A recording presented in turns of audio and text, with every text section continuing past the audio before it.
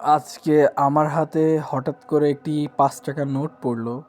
তা সেখানে দেখি এই 5 টাকাটা পুরোটাই ভালো আছে, কোনো জায়গায় ছেঁড়া কাটা নেই। বাট বঙ্গবন্ধুর প্রতি মানুষের ক্ষোভ বা যে একটা মানে কি বলবো, ঘৃণা কাজ করছে মানুষের এখন তার প্রতি।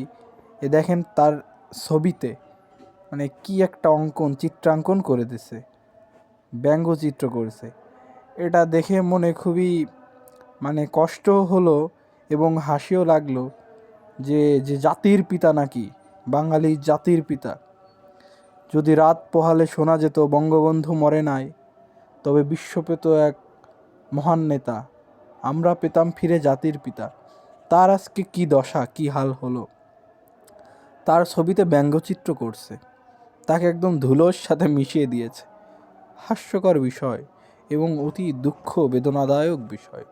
এ দেখুন, আরেকটি 5 টাকার নোট নিলাম, সেখানে আবার ঠিক আছে।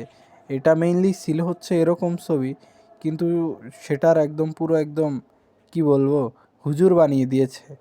হ্যাঁ, এই যে বঙ্গবন্ধু, এই যে এরকম বঙ্গবন্ধুর চিত্র, কিন্তু সেই বঙ্গবন্ধুকে কি করেছে ভাবা যায়? হ্যাঁ, এটা ভাবা যায়। দেখেন, একদম পুরো গুয়া মারা সারা কইরা দিছে। বঙ্গবন্ধু নাকি এইটা? মুই তো চিনতেই পারতেছি না বঙ্গবন্ধুকে।